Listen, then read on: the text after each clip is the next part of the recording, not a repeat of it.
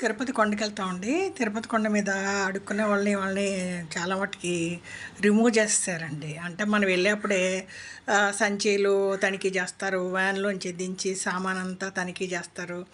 మనల్ని స్కాన్ తీసి పంపిస్తారండి. మరి గుడి లోపల చానా అడుక్కునే వాళ్ళు బయలుదేరారండి గుడి లోపల. అంటే నాకు ఒకలాగా అనిపించిందండి. ఏంటంటే గుడి అంటే మనం పవిత్రమైన గుడి అండి. అసలు మామూలోళ్ళు మనం మామూలు మనుషులు ఆ గుడికెళ్ళటానికే చాలా కష్టపడుతున్నాం. టికెట్లు దొరకవండి. ఫ్రీ దర్శనంలో 2 రోజులు, 3 రోజులు కొట్టుకోవాలి. ఇంత అవస్థపడి అదే లోపలికెళ్తున్నామండి. అక్కడ ధ్వజస్తంభం పక్కనండి దేవుడికి తులాభారం ఉంటదండి. పిల్లలు మొక్కుకుంటే మన పిల్లల్ని ఆ వెయిట్‌కి డబ్బులేస్తామని మొక్కుకుంటారండి. అక్కడ తులాభారం దానికి పెద్ద టికెట్ ఏమి అక్కర్లేదండి. మనం ఏ ఏదన్నా దర్శనానికి లోపలికి వెళ్ళిపోతాం కదండీ! ధ్వజస్తంభం దగ్గరికెళ్ళాక, ఆ ధ్వజస్తంభం పక్కనే తరాజు పెట్టుకొని కూర్చొని ఉంటారండి తులాభారం. అక్కడ మనుషులు ఉంటారండి. ఇద్దరు, ముగ్గురు క్లర్కులు ఉంటారు. మీరు ఎళ్లి చెప్పారంటే ముందు వెయిట్ చూసేసి, ఆ వెయిట్‌కి తగ్గ చిల్లర వాళ్ళ దగ్గరే ఉంటదండి. మనం ఫోన్‌పే చేయొచ్చు. అలా అండి. డబ్బులుగా ఇవ్వచ్చు, లేకపోతే ఫోన్‌పే అలా కూడా చేయొచ్చు.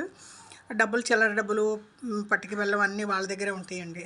మీరు డబ్బులో, బెల్లమో, పటిక బెల్లమో ఏదోటి అలా ఇచ్చేయొచ్చు.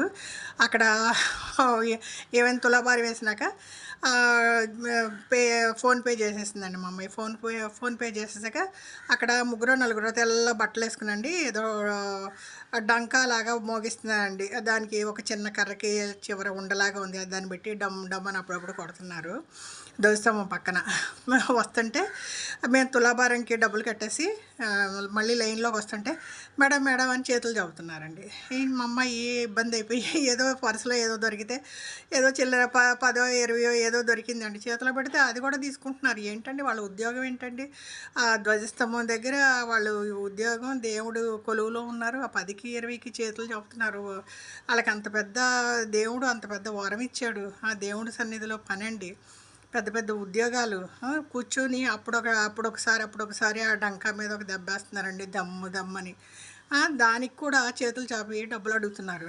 నాకు వీళ్ళకి ఇదేం రోగం దేవుడు కుక్కని స్నానం చేయించి సింహాసనం ఎక్కిస్తే ఎళ్ళి పెంటకుప్పల్లో తిరిగొచ్చిందంటండి. ఆళ్ళకి దేవుడి పక్కన ఉద్యోగం ఇస్తే అక్కడికి పోయి అడుక్కుంటున్నారు. 10, 20కి చేతులు చాపుతున్నారండి. టీటీడీ వాళ్ళు ఇది గమనించి వాళ్ళకి వార్నింగ్ ఇవ్వాలండి. మనం ఏ రూపాయి ఏసినా దేవుడు హుండీలో ఎయ్యాలి. ఇలా అక్కడ చేతులు చాపే వాళ్ళ చేతిలో రూ. 10 పెడితే అండి అది మనకే పాపం.